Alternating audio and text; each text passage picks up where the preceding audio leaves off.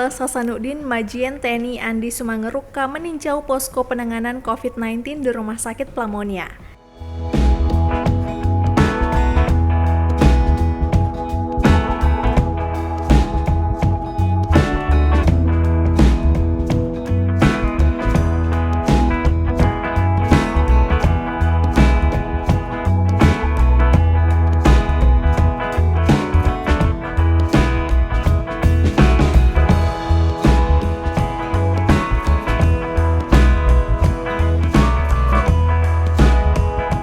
Kedatangan Jenderal Bintang 2 ini melihat langsung kesiapan rumah sakit terutama dalam menangani dampak penyebaran virus corona hari ini Senin 23 Maret 2020.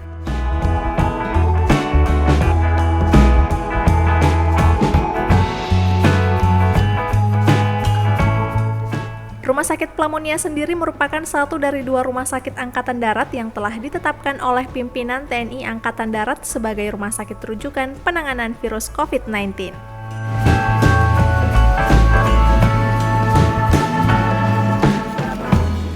Rujukan pagi Mungkin jadi rekan-rekan wartawan kan bisa lihat kita sekarang ini sudah menggelar tenda-tenda untuk menerima